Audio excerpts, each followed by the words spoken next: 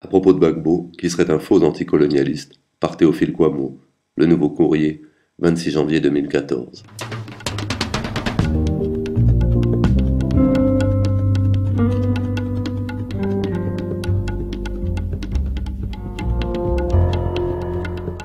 C'est la dernière idéologie de contrebande financée à grands frais par les hommes qui nous gouvernent, conscients des impostures qui ont jalonné leurs différents parcours et bien décidés à les effacer en payant sans mégoter les diverses opérations de propagande destinées à les blanchir. Une poignée d'activistes, armés de leurs diplômes d'universitaires ou de leur statut de journalistes internationaux, ont manifestement été appointés pour nous faire gober deux thèses. Premièrement, Gbagbo mentirait au monde entier en faisant croire qu'il est un anticolonialiste opposé à l'impérialisme français en Côte d'Ivoire. Deuxièmement, il mentirait au monde entier en disant qu'il est un panafricain. À l'appui de leurs démonstrations, ils rabâchent un certain nombre de faits, réels ou prétendus, qui semblent sortis tout droit de fiches fournies par on ne sait qui. Même si l'on a quelque idée à ce sujet. Gbagbo ne serait pas un anticolonialiste, tout simplement parce qu'il aurait concédé des marchés à des entreprises françaises. De plus, il aurait lui-même avoué que la France lui avait apporté de l'aide après l'éclatement de la rébellion du 19 septembre 2002. Ces deux pauvres arguments qui ont été répétés ad nauseum ne valent pourtant pas tripette, et on peut déjà dire sans être prophète qu'ils ne feront pas carrière. Ce n'est pas Gbagbo qui a attaqué la France, c'est la France qui a attaqué Gbagbo. Gbagbo n'a pas sollicité les suffrages de ses concitoyens en leur promettant de dépouiller les Français de tout ce qu'ils possédaient en Côte d'Ivoire. Il s'est engagé sur un programme ouvertement social-démocrate dont les principaux points étaient l'assurance maladie universelle, AMU, l'école gratuite et obligatoire, etc. Ce n'est pas Gbagbo qui a lancé les hostilités contre la France, mais c'est la France qui a fait de lui une véritable fixation et a tout mobilisé pour avoir sa peau. La question n'est donc pas de savoir si Gbagbo est pur dans sa haine contre la France, mais de déterminer avec rigueur si la France l'a combattu de manière perfide ou directe dès le 19 septembre 2002 et si elle a, droite dans ses bottes, mis la Côte d'Ivoire sans dessus-dessous pour arriver à ses fins. L'histoire récente nous permet de dire sans risque de nous tromper que la France a, dès le premier coup de feu rebelle, mis tout son appareil idéologique d'État, diplomatie, médias publics, alliés régionaux, etc., au service d'une légitimation de l'insurrection lancée depuis le Burkina Faso de Blaise Compaoré. À plusieurs reprises, elle a tout fait pour empêcher que l'armée ivoirienne reprenne Bouaké.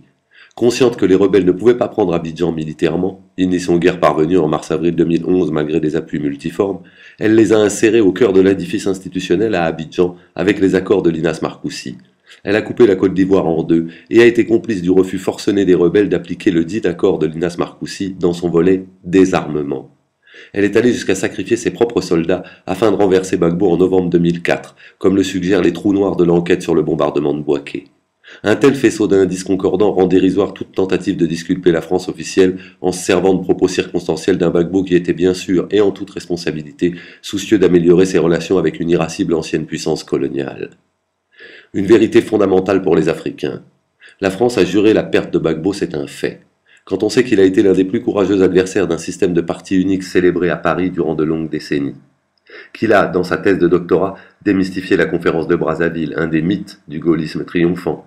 Qu'il ne s'est jamais précipité pour transmettre les procès-verbaux des conseils de ministres à Paris. Qu'il s'est souvent appuyé sur l'expertise ivoirienne pour négocier certains contrats économiques, notamment en ce qui concerne le fameux troisième pont d'Abidjan. Quand on sait aussi que du PS à l'UMP, de nombreux dictateurs au CV bien lourd ont toujours trouvé grâce au sein de la classe dirigeante française et que les pires dérives du régime Ouattara glissent sur la peau des médias et du personnel politique dans l'Hexagone, on est fondé à considérer qu'il a été combattu pour les mêmes raisons que Sékou Touré, Thomas Sankara et les autres nationalistes africains l'ont été. Les petites phrases allant dans un sens contraire, assemblées comme dans une sorte de puzzle menteur, ne peuvent pas éloigner les Africains de cette vérité fondamentale. Gbagbo ne serait pas un panafricain, parce qu'alors qu'il était au pouvoir, des Burkinabés ont été tués. 15 000, nous dit le documentariste Saïd Penda, au milieu de nombreuses inexactitudes. Qui peut oser affirmer qu'une politique d'État visait à persécuter des Burkinabés dont le nombre a augmenté dans le sud ivoirien pendant l'ère Gbagbo en dépit de tout? Gbagbo est bien celui qui a fait disparaître la carte de séjour instituée par Alassane Ouattara.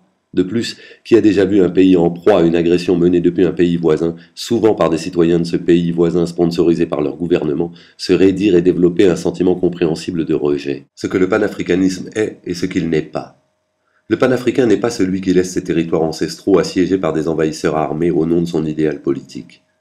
Le panafricain n'est pas celui qui fait semblant de ne pas voir que le trop fort afflux de population vers les zones les plus urbanisées et les moins déshéritées du continent ne pose pas de vrais problèmes politiques, sociaux et environnementaux.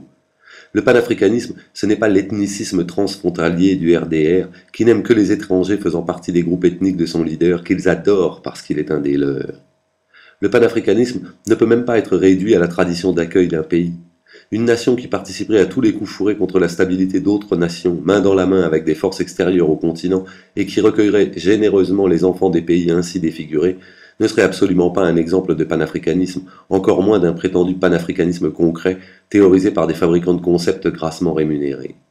Le panafricanisme, c'est la construction résolue d'un espace politique et économique commun pour tous les Africains. C'est la prise de conscience de ce que l'Afrique doit résoudre elle-même par le dialogue, ses différends, et non inviter les anciens maîtres à arbitrer ces querelles pour mieux se poser au centre du grand jeu.